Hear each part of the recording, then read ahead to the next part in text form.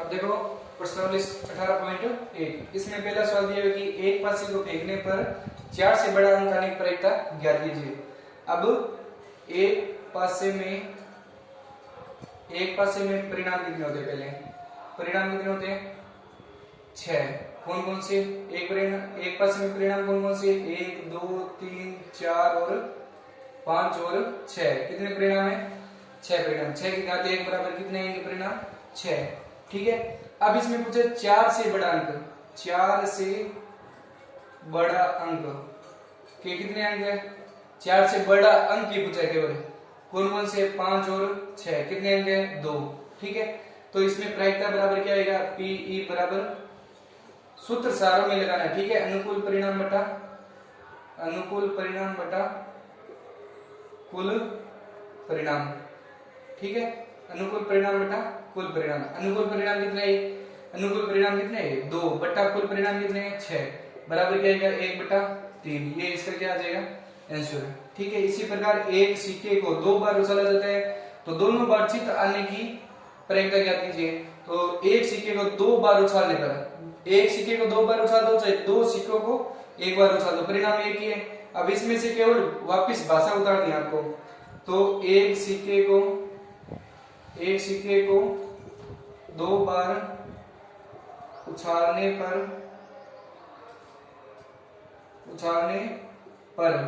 परिणाम कितने आएंगे?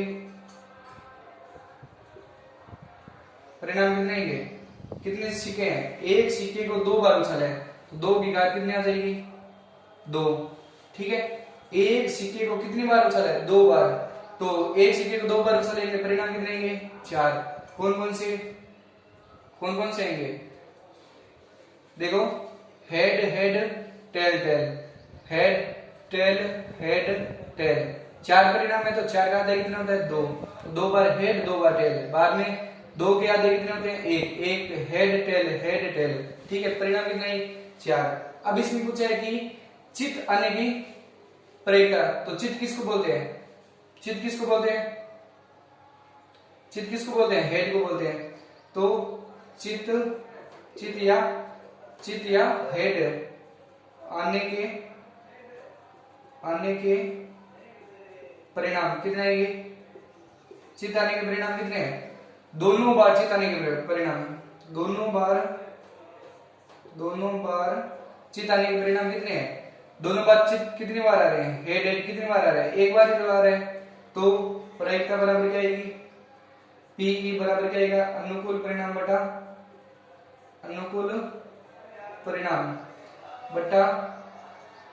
कुल परिणाम। कितने आएंगे अनुकूल परिणाम है 1 बटा कुल परिणाम कितने? 4। तो 1/4 इसका क्या आ जाएगा? आंसर। ठीक है।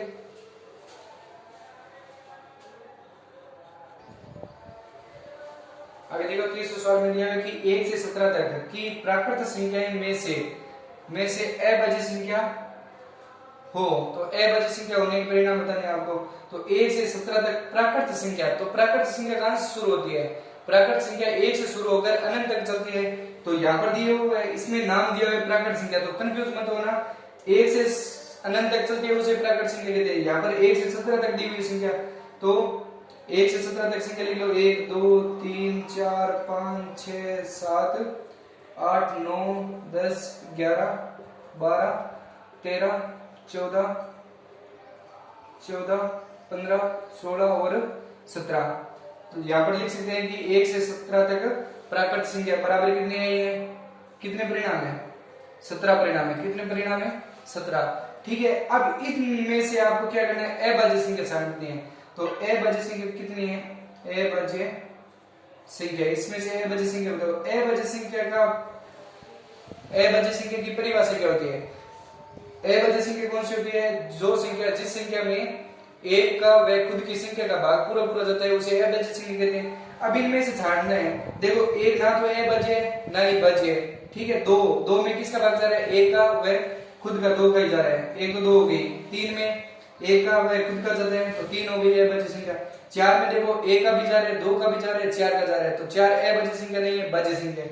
ठीक है। और 5 हो गई, जैसे कि 7 है और 11 13 और 17 है। कितने संख्या है? 1 2 3 4 5 6 और 7। कितनी संख्या है? 7। तो पी ई बराबर क्या आएगा? अनुकूल परिणाम बटा अनुकूल परिणाम बटा कुल परिणाम। तो अनुकूल परिणाम कितने हैं इसमें? अनुकूल परिणाम है 7 बट्टे कुल परिणाम कितने हैं? 17। ये इसका क्या आ जाएगा? आंसर। ठीक है। इसी प्रकार पांचवा सवाल दिया हुआ है कि एक अलीफ वर्ष में केवल 52 रविवार आने की प्रक्रिया ज्ञात कर दीजिए। अब एक अलीफ वर्ष में आपको मैंने बताया था सप्ताह कितने होते हैं? एक अलीफ वर्ष में दिन कितने होते हैं? दिन बराबर कितने होते हैं? 365 दिन। ठीक है। और सप्ताह कितने होते हैं? सप्ताह बराबर कितने होते हैं? 52 सप्ताह। सप्ताह कितने होते हैं? 52 सप्ताह है और एक दिन होता है सप्ताह। 52 सप्ताह मतलब 7 दिन के कितने सप्ताह होते हैं? 52। मतलब सोमवार 52, मंगलवार 52, इस प्रकार सारे सप्ताह 52 बार होते हैं और एक दिन और ऊपर जाता है। तो इसमें देखो सप्ताह कितने होते हैं? 7 होते हैं। तो 52 एक बार, 2 3 4 5 6 और 7 बार लिख लिया 52। ठीक है। अब इसमें देखो एक सप्ताह क्या होता है? यहां पर लिख रहा हूं, एक सप्ताह क्या होता है? ज्यादा होता है। अब इसमें देखो ये 52 यहां पर लिख दिया। अब इसमें देखो 52 सप्ताह 1 2 3 4 5 6 7, ये तो सप्ताह पूरा हो गए। ठीक है। इसमें से देखो सारे में 52 सप्ताह दिया है, लेकिन एक दिन ऊपर है तो एक दिन इसमें से 52 एक घटाकर इसमें क्या कर दो? 53 कर दो। कितने हो जाएंगे? इसमें 53 दिन और बाकी सालों में क्या हो जाएंगे? 52 दिन हो जाएंगे। ठीक है। अब इसमें अगर मान लो साल का पहला दिन है, क्या है? साल का पहला दिन मान लो रविवार है। क्या है? रविवार है। साल का पहला दिन है। अगर कैलेंडर में कितने अलीफ वर्ष हो, अलीफ वर्ष मतलब 365 दिनों वाला कैलेंडर हो, उसमें साल का पहला दिन क्या है? रविवार है। अगर साल का पहला दिन रविवार है तो 53 क्या आएंगे? रविवार। और 52 क्या आएंगे? सोमवार। 52 मंगलवार, 52 बुधवार, 52 गुरुवार और 52 क्या आएंगे? शुक्रवार और 52 क्या आएंगे? शनिवार। इसी प्रकार साल का पहला दिन क्या है? सोमवार। तो सोमवार कितने आएंगे? 53 बार। मंगलवार कितने आएंगे? 52 बार। बुध, गुरु, शुक्र और शनि और रविवार। ठीक है। अगर साल का पहला दिन क्या है? मंगलवार है तो 53 क्या आएंगे? मंगलवार आएंगे और बाकी के सारे बार क्या आएंगे? 52 बार। ठीक है। मंगल, बुध, गुरु, शुक्र, शनि, रवि और सोम। ठीक है। इसी प्रकार साल का पहला दिन क्या हो? बुधवार हो। साल का पहला दिन बुधवार हो तो बुधवार कितने आएंगे? 53 बार। ठीक है।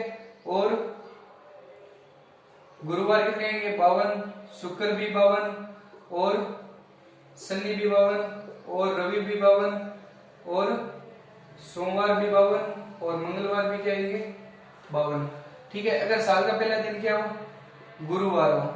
साल का पहला दिन गुरुवार हो तो गुरुवार कितने आएंगे? गुरुवार कितने आएंगे? 53 और शुक्रवार क्या आएंगे? 52, शनिवार भी क्या आएंगे? 52, रविवार भी 52, सोमवार भी 52, मंगलवार भी 52 और बुधवार भी क्या आएंगे? 52। अगर साल का पहला दिन क्या हो? यहां पर लिख रहा हूं मैं। ठीक है। अगर साल का पहला दिन क्या हो? गुरु के बाद में शुक्र। साल का पहला दिन शुक्रवार हो तो शुक्रवार कितने आएंगे? 53 बार और बाकी के बार शनिवार कितने आएंगे? 52, शनि, रवि, सोम, मंगल और बुध और गुरु। ठीक है। और अगर साल का पहला दिन शनिवार हो तो शनिवार कितने आएंगे? 53 और बाकी के शनि, रवि, सोम, मंगल और बुध और गुरु और शुक्र। ठीक है। अब देखो ये बार हो गई। अब इसमें पूछा है कि अलीफ वर्ष में केवल 52 रविवार आने की प्रक्रिया ज्ञात करो। तो 52 रविवार आने के परिणाम, 52 रविवार आने के परिणाम कितने परिणाम है बताओ? 52 रविवार आने के परिणाम। इसमें देखो 52 रविवार कब आ रहे हैं? देखो अगर साल का पहला दिन रविवार है तो 53 क्या आएंगे रविवार, तो 52 नहीं है। अब इसमें देखो साल का पहला दिन क्या है सोमवार, तो रविवार कितने आएंगे 52, एक बार, दो बार, तीन बार, चार बार, 5, 6, कितनी बार आ रहे हैं 6 बार। ये कितनी बार आ रहे हैं रविवार, 52 कितनी बार आ रहे हैं 6 बार आ रहे हैं। साल में कितनी बार आएंगे 6 बार, ठीक है। 52 बार कितनी बार आएंगे 6 बार, तो कितने आएंगे 6 परिणाम। तो पी बराबर क्या आएगा, अनुकूल परिणाम बटा अनुकूल परिणाम बटा कुल परिणाम। कितने आएंगे अनुकूल परिणाम, अनुकूल परिणाम आएंगे 6, और कुल परिणाम कितने हैं, वार कितने हैं, सोम से रवि से लगाकर शनिवार तक कितने बार है 7, तो 6/7 इसका क्या आ जाएगा आंसर, ठीक है। इसी प्रकार छठा सवाल दिया हुआ है, यदि पी ए बराबर क्या दिया 0.65 है तो पी ए नहीं का मान बताइए। तो पी ए नहीं की प्रायिकता क्या होगी, तो आपको मैंने बताया था पी ए हो प्लस पी ए नहीं हो उसका मान कितना होता है 1 होता है, ठीक है। और ये लगभग सवाल पेपरों में आता है, ठीक है।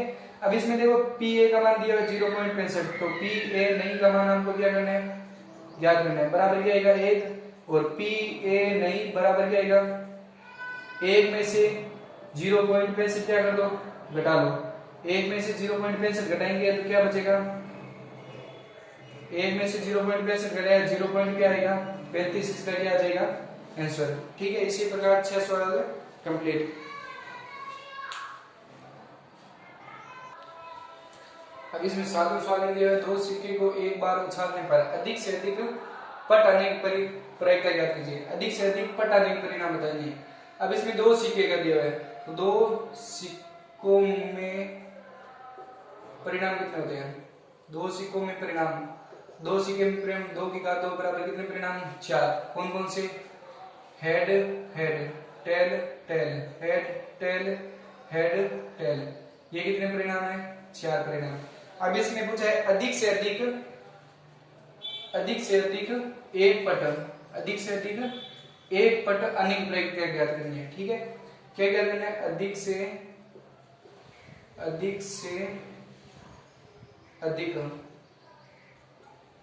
एक पट, अधिक से अधिक एक पट आने के परिणाम।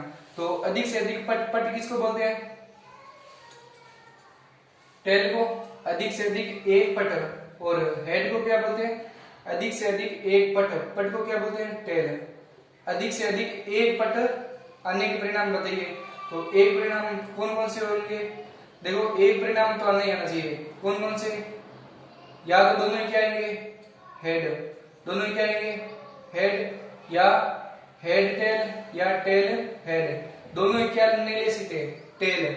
अधिक से अधिक एक ही पट लेना है आपको, एक पट लेना है, या तो दोनों ही नहीं लेने हैं, दोनों लेने नहीं है, एक पट लेने हैं तो दोनों या तो हेड लो या हेड टेल या टेल हेड। कितने परिणाम है 3। अगर पूछ ले यहां पर कम से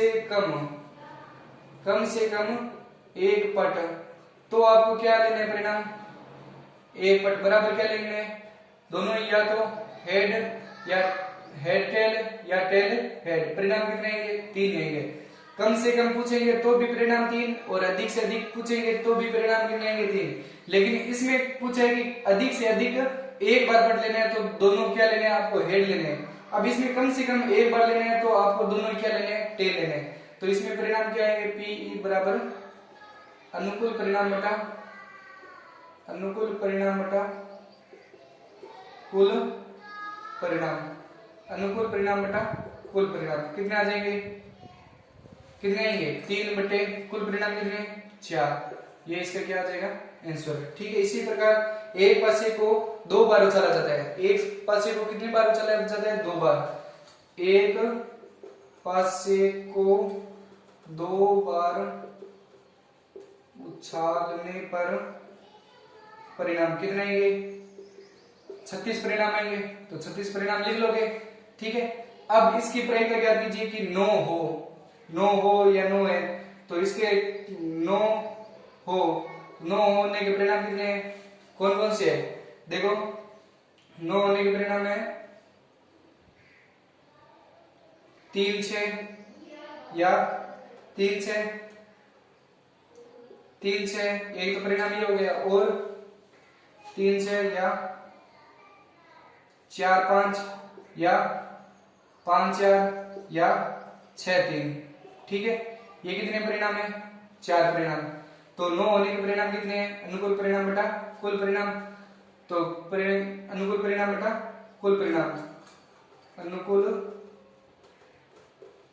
परिणाम बटा कुल परिणाम क्या है? प्रायिकता पी बराबर, या पी ई की जगह क्या लिख सकते हो? 9 बराबर क्या है? अनुकूल परिणाम बटा कुल परिणाम। अनुकूल परिणाम कितने? 4 बटे कुल परिणाम कितने? 36 बराबर 1 चौक चौक 9 चौक 36। ये इसका क्या आ जाएगा? आंसर। दूसरा पूछा है कि 13 हो, तो अनुकूल परिणाम 13 हो, तो 13 होने के परिणाम है क्या? अनुकूल परिणाम 6 6 लास्ट में। अब आपको सारणी बनानी है, वो 36 परिणामों वाली सारणी बनानी है, फिर लिखना आपको। 13 हो, तो 13 होने के परिणाम कितने दिए हुए? 0। क्यों? क्योंकि ये क्या है? असंभव घटना, असंभव घटना। क्यों? क्योंकि 13 अंकों का योग 13 होने के परिणाम ही नहीं दिए हुए। ठीक है, अब इसमें दिया हुआ कि एक थैले में लाल गेंद कितनी है? 5, सफेद गेंद कितनी है? 3। इसकी प्रायिकता ज्ञात कीजिए। तो थैले में लाल गेंद कितनी है? लाल गेंद दी हुई है 5। ठीक है, और सफेद गेंद कितनी दी हुई है? सफेद गेंद दी हुई है 3। ठीक है, तो कुल गेंद कितनी हो जाएगी? कुल गेंद हो जाएगी, जोड़ो कितने आएंगे? 8। ठीक है, अब इसमें पूछा है सफेद हो, तो पहला पूछा है सफेद होने के परिणाम। सफेद हो तो सूत्र लिख लेंगे, अनुकूल परिणाम बटा कुल परिणाम। ठीक है, सफेद होने के परिणाम कितने हैं? 3 बटे कुल परिणाम कितने? 8। तो 3 बटे 8, ये तो पहले का हो गया। दूसरा दिया हुआ है कि सफेद नहीं हो, तो सफेद नहीं है तो कौन सी है? लाल है। सफेद नहीं है तो कौन सी है? लाल। तो सफेद नहीं हो, तो सफेद नहीं हो तब कौन सी होगी? लाल होगी। तो कुल गेंद कितनी है? 8। उसमें से सफेद गेंद कितनी है? सफेद गेंद है 3। बट्टे कितने लिख लो? 8। तो कितने आएंगे? 5 बट्टे 8। ये इसका क्या आ जाएगा? आंसर। ठीक है, इसी प्रकार आगे 10वां सवाल दिया है कि किसी कारण 12 पेन क्या है? खराब, और 132 अच्छे पेन मिल गए। इसमें किसी कारण 12 खराब पेन 132 अच्छे पेनों में मिल जाते हैं, तो इसकी अच्छे होने की प्रक्रिया ज्ञात करो। तो देखो, खराब पेन कितने हैं? खराब पेन कितने दिए हुए हैं? 12। और अच्छे पेन कितने दिए हुए हैं? अच्छे पेन कितने दिए हुए हैं? 132। कुल पेन कितने हो जाएंगे? 144। ठीक है, कुल पेन कितने हो जाएंगे? 144। अब इसमें अच्छे होने की प्रक्रिया ज्ञात करनी है, तो अच्छे होने के परिणाम कितने हो जाएंगे? अच्छे होने के परिणाम अच्छे कितने हैं? अच्छे कितने हैं?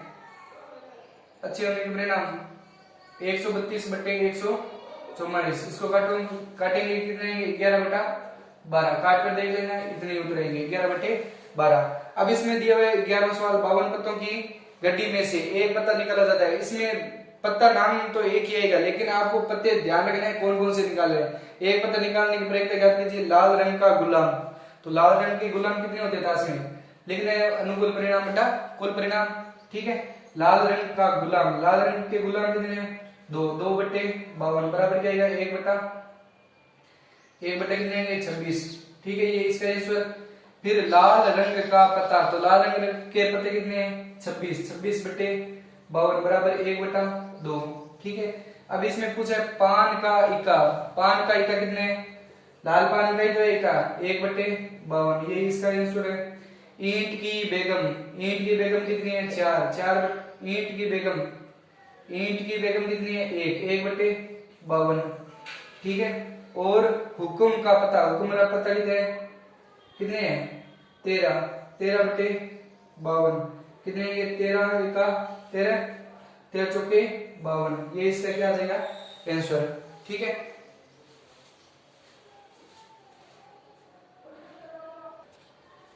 इसमें थोड़ा चौथा सवाल छूट गया। इसमें दिया है कि एक सिक्के के लगातार 3 उछालों में एकांतर चित्त या पटाने की आने की प्रक्रिया क्या करनी है आपको? ज्ञात। अब इसमें देखो, एक सिक्के के 3 उछालों में, तो एक सिक्के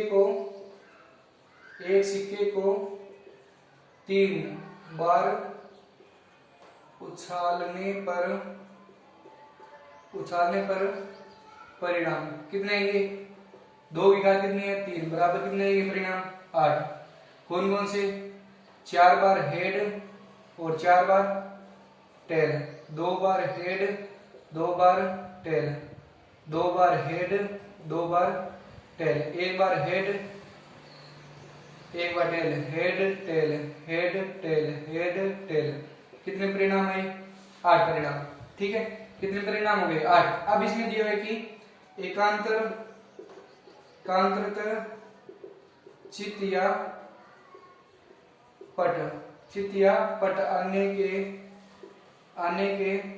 परिणाम, चित्त या पट आने के परिणाम कितने दिए हुए। एकांतर किसको बोलते हैं, एकांतर। अब इसमें एकांतर दिया हुआ है और मारवाड़ी में क्या बोलते हैं, एकांतर है। मतलब पानी आता है तो एक दिन छोड़कर एक दिन आता है, या कभी मान लो किसी के घर पर छा लेने जाते हैं तब वो कहते हैं एकांतर करें हमारे, तो छा क्या करते हैं एकांतर, मतलब एक दिन छोड़कर एक दिन, एक दिन छोड़कर एक दिन, मतलब इसमें क्या है एक दिन छोड़कर एक दिन, मतलब head tail tail tail head tail. कौन कौन से परिणाम है, एक तो दिया हुआ है हेड टेल हेड और दूसरा परिणाम दिया हुआ है टेल हेड टेल। एकांतर मतलब एक दिन छोड़कर एक दिन, हेड टेल हेड टेल, कितने परिणाम है 2। तो इसमें सूत्र लगेगा पी बराबर क्या लगेगा, अनुकूल परिणाम बटा अनुकूल परिणाम बटा कुल परिणाम। ठीक है, बराबर क्या आएगा, अनुकूल परिणाम कितने हैं 2 बटे कुल परिणाम कितने हैं 8 बराबर 1/4। ठीक है, ये इसका क्या आएगा आंसर। आपको मेरा वीडियो अच्छा लगे तो लाइक करें, शेयर करें, सब्सक्राइब करें।